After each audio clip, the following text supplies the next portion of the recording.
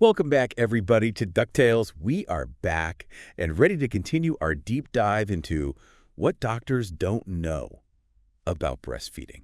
I'm excited. Me too. Yeah.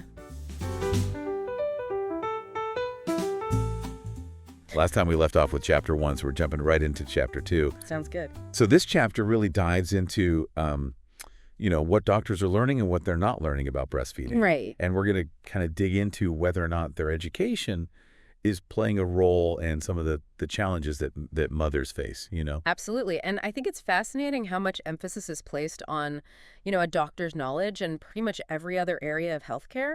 But when it comes to breastfeeding, it's like, maybe not so much. Yeah.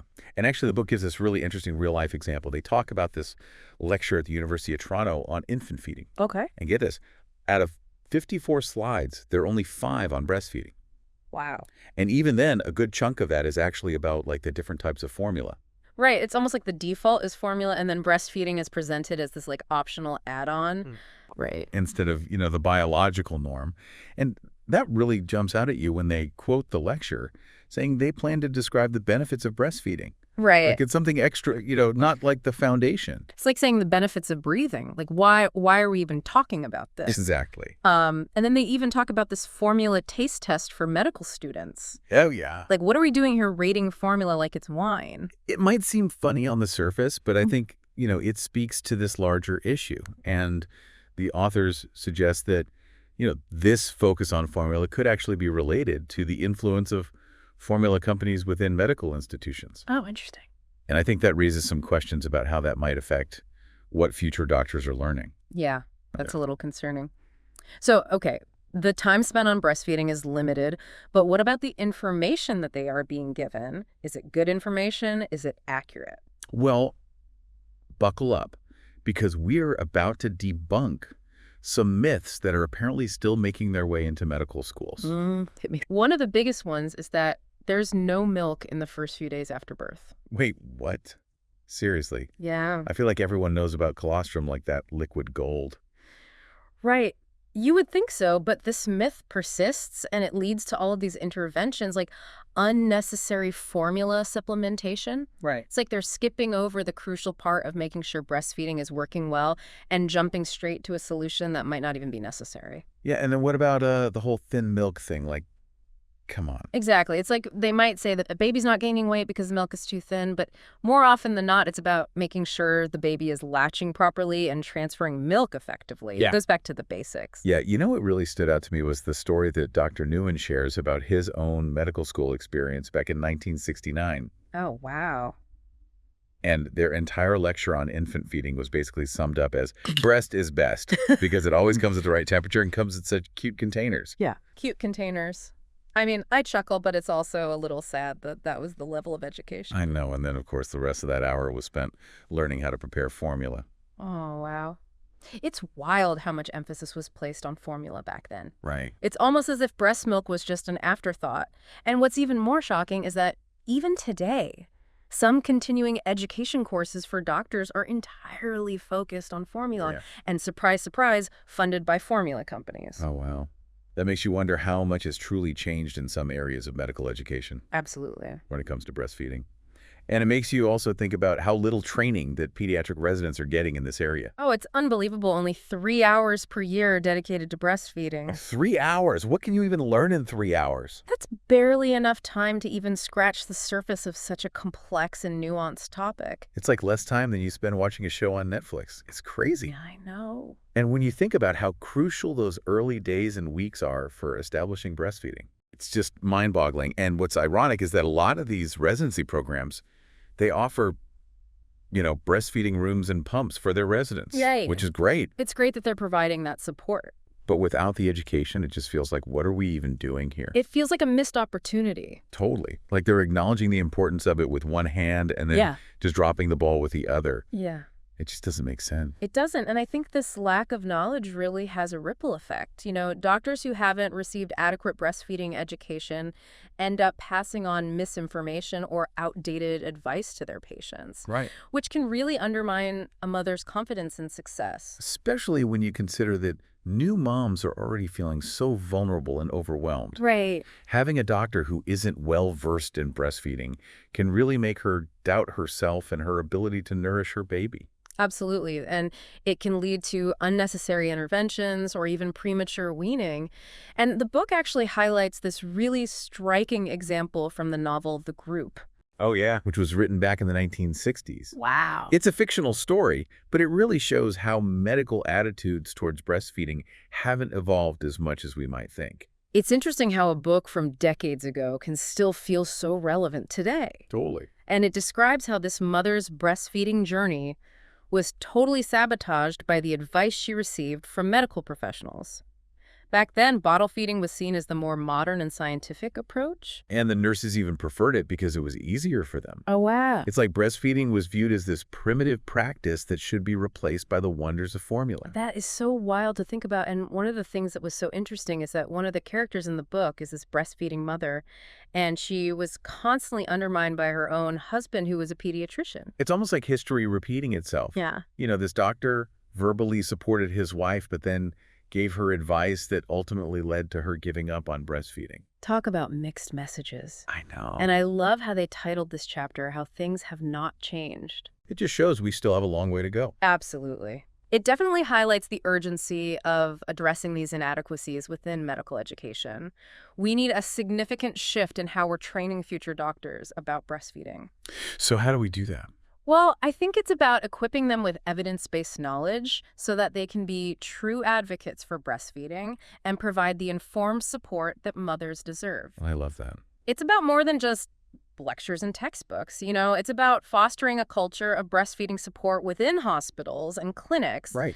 And that starts with training all healthcare professionals who interact with new mothers, from nurses to lactation consultants. Right. Everyone needs to be on the same page, promoting a unified message that's rooted in evidence and support. And we need to move away from this outdated mindset that formula is somehow equivalent to breast milk, or that breastfeeding is simply a lifestyle choice. Exactly. I love that biological norm. It just reframes the entire conversation. Yeah, it shifts the focus from benefits to risks and puts trust back in mothers and their bodies. And empowers them to overcome challenges without feeling like they're failing.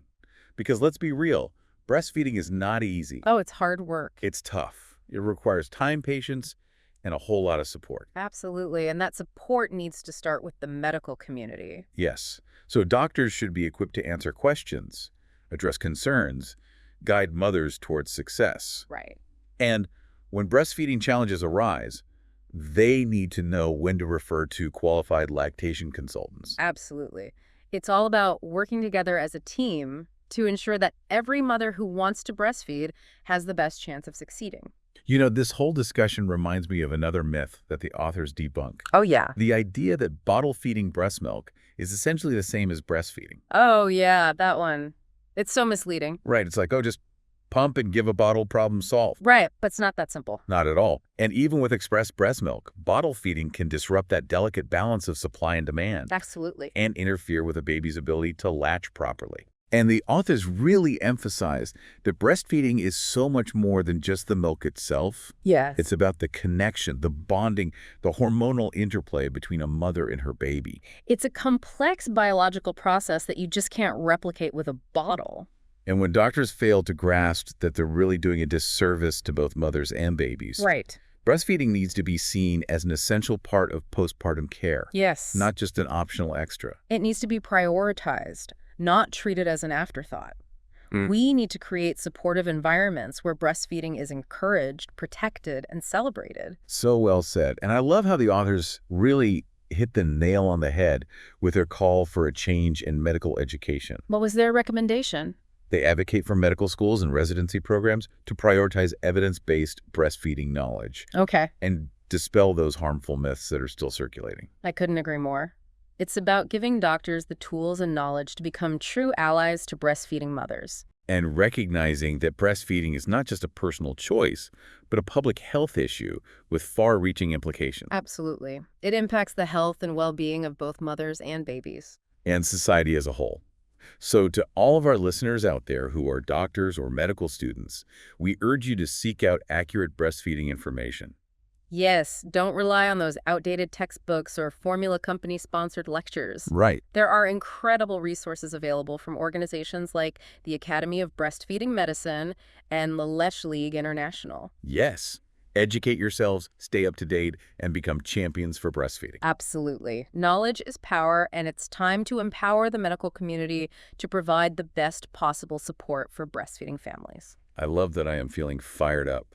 Are you ready for a sneak peek of what's coming up next time? Always lay it on me. In our next episode, we are tackling a question that's sure to spark some debate.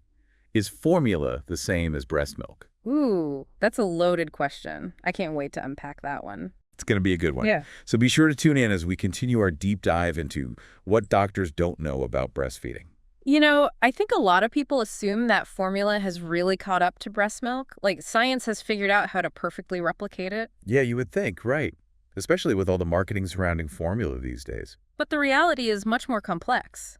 Breast milk isn't just a set of, ingredients. It's a dynamic, living substance that is constantly adapting to a baby's needs. That's what I find so amazing. It changes in composition throughout the day, Yeah. even throughout a single feeding. Exactly. And it contains antibodies, immune factors, growth hormones that you just can't replicate in a lab. And all the beneficial bacteria that helps establish a healthy gut microbiome. That's something formula can't replicate. It's like comparing a static snapshot to a live streaming video. Formula provides a fixed set of ingredients, while breast milk is this ever-evolving source of nourishment and protection. You know, the authors of What Doctors Don't Know About Breastfeeding, they really drive this point home with this story about Dr. Newman. And he encounters this mother who's struggling to breastfeed. And her doctor, while claiming to support breastfeeding, gives her this advice that ultimately sabotages her efforts. Wow, it's a perfect example of how a lack of knowledge can have real-world consequences. And the doctor in this story, he didn't seem to understand the importance of a proper latch. Right. Or that supplementing with formula could actually decrease the mother's milk supply. It's heartbreaking because this mother really ended up feeling like she was failing her baby. Right. When in reality, it was the lack of proper support that led to her difficulties. It highlights how crucial it is for doctors to have this deep understanding of breastfeeding. Beyond just the basics. Yeah. They need to be equipped to recognize and address challenges, not dismiss them or resort to quick fixes. And provide genuine emotional support as well. Yes. Validating a mother's experience and helping her navigate this incredible but often challenging journey can make all the difference. It's about empowering mothers to trust their instincts and their bodies. Because, let's face it, breastfeeding doesn't always come easily. It can be hard work. Oh, absolutely. It requires patience, persistence, and a supportive environment. And that's where the medical community can play such a vital role.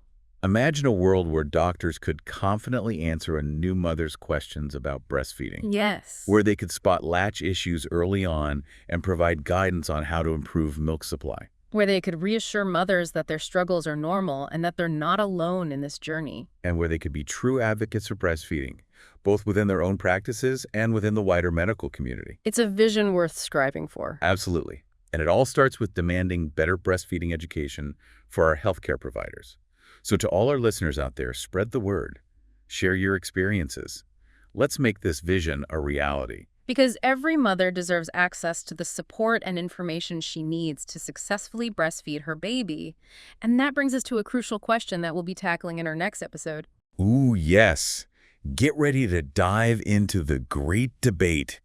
Is formula the same as breast milk? I have a feeling this one will spark some interesting conversations. It always does. Mm-hmm. So be sure to tune in next time as we continue to explore what doctors don't know about breastfeeding. You know, it's amazing when you think about how much we've learned about breast milk just in recent years. It really is.